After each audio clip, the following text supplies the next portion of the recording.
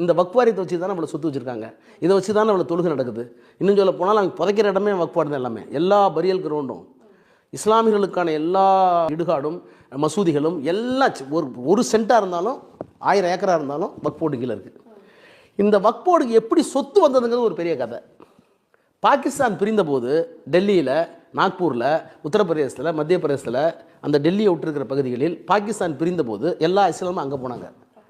இந்துக்கள் எல்லாம் இங்கே வந்தாங்க.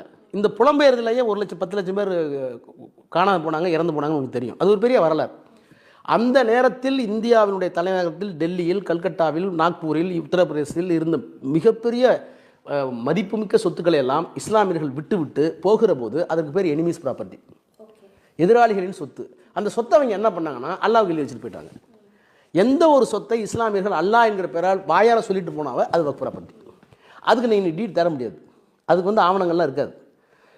இதையெல்லாம் சிந்தித்து தான் ஆவணங்கள் இல்லாத சொத்துக்கள் வக்ஃப் போர்டில் இருக்குங்கிறதுக்காக தான் வக்ஃப் இன் யூசேஜ் அப்படின்னு ஒரு பிரிவு இருக்குது.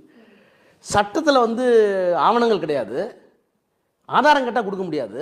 ஆனால் 100 ஆண்டு காலமாக 200 ஆண்டு காலமாக இஸ்லாமியர்கள் அதை வக்ஃப் ப்ராப்பர்ட்டியாக பயன்படுத்துகிறார்கள். பாகிஸ்தான் போனால் கொடுத்துட்டு போயிருக்காங்க. வாய்வெளியில் மரபில் இருக்குது, பொசஷனில் இருக்குது, ஆதிபத்தியத்தில் இருக்குது.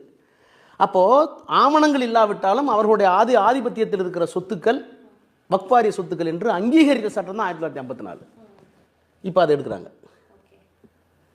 இது கோடி லட்சக்கணக்கான சொத்து இருக்குது. இப்போ எந்த சொத்துக்கள்லாம் ஆதாரம் இல்லையோ, எந்த சொத்துக்கள்லாம் டாக்குமெண்ட் இல்லையோ அதெல்லாம் வக்ஃப் இல்லைங்கிறாங்க. அப்புறம் இதுக்கு முன்னாடி வக்ஃப் சொத்தா இல்லையான்னு கண்காணிக்க வேண்டிய பொறுப்பு ஒரு தனி கமிஷனரை போட்டாங்க.